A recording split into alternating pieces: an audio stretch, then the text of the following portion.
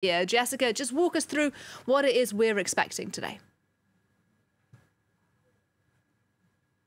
Well, as I join you now, diplomats are gathering in the council chamber for this open meeting on Ukraine, which will really focus on Bucha and on the allegations of war crimes and atrocities committed there, which Russia, of course, denies. There could be some drama during this open meeting because the Ukrainian President Volodymyr Zelensky is going to be briefing via video link. It's going to be very interesting to look at the expression on the Russian ambassador's face as he listens in to that address from Zelensky, the first time he's directly addressed the Security Council.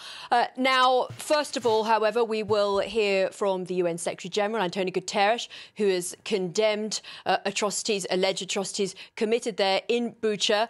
He will be the first speaker.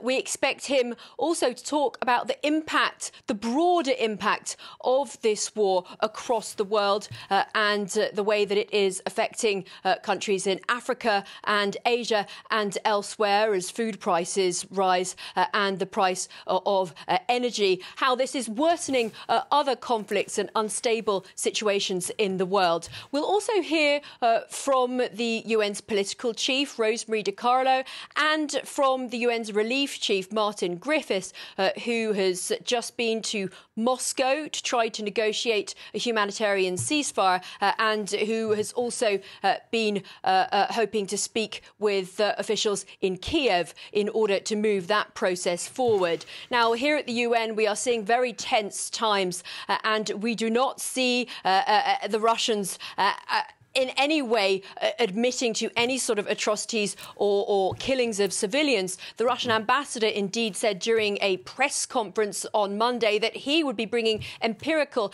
evidence to show that these allegations of war crimes are fabricated. He even said that some of those bodies that were seen were moving still. And so he says that he's going to be bringing evidence, proof that this is all a lie. The British ambassador to the United Nations, the UK is presiding over the Security Council this month, has said that, aside from the war that's being waged on the ground, there's also an information war being waged, a war of lies being conducted by Russia.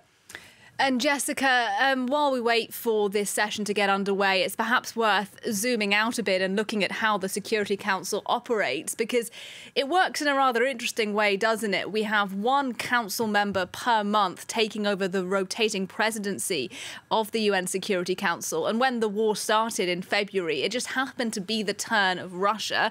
As you say, this month it's the turn of the United Kingdom. So just walk us through, as somebody who covers the UN all the time, what the atmosphere has been like there in the last few months.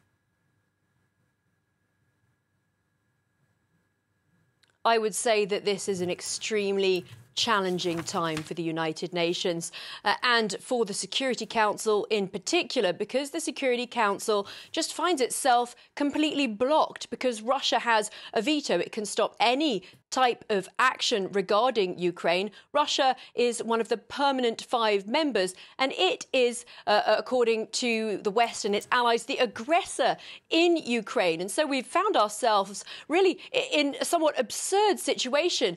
When the war started, it was Russia that was presiding over the Security Council. Then UAE took over, and now it's the United Kingdom. And we can see the divisions really stronger than ever in the Security Council, especially in the exchanges, this sort of tit-for-tat between the UK and Western powers and Russia.